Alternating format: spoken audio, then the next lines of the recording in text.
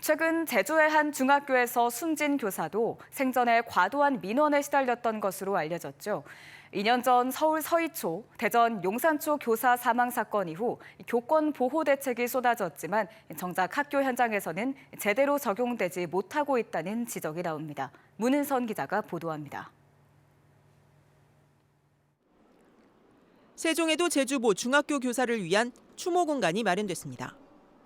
2년 전 서울 서희초, 대전 용산초 교사 사망 사건 이후 또다시 발생한 비극에 교육계는 침통함을 감추지 못합니다. 제주도 특별한 학교의 문제만이 아닌 어쩌면 우리나라 오늘날 모든 교육 현장의 문제로 받아들입니다. 세종만 해도 지난해 발생한 교육활동 침해가 74건으로 매년 늘고 있습니다.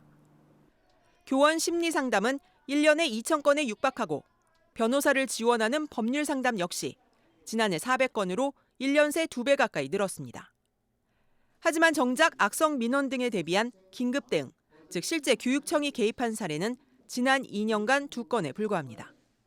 학생이 조금은 이렇게 폭력적으로 대응하다 보니 선생님이 어떤 신변 보호에 좀 위험까지 느끼고 이런 부분에 대해서 저희한테 좀 지원 요청을 해서 그 부분에 동일하게 법률 및 심리 상담 지원. 학교 현장에선 일단 교사 사망 사건 이후 교권 보호 대책이 쏟아졌지만 현장에서 제대로 활용되지 못하고 있다고 지적합니다.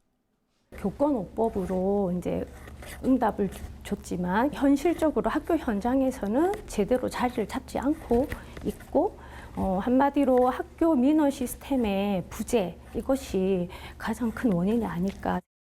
숨진 제주교사 역시 개인 번호가 노출돼 악성 전화 민원을 차단할 수 있는 안심번호 서비스가 소용이 없었습니다.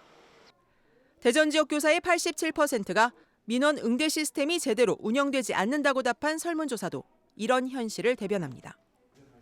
교육부는 이번에도 뒤늦게 학교의 민원 대응 체계 점검을 약속했습니다.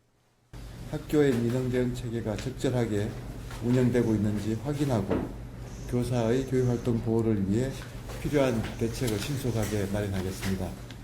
또 교사와 학부모 간 소통을 지원하는 시스템을 올 하반기 개통할 예정입니다. MBC 뉴스 문은선입니다.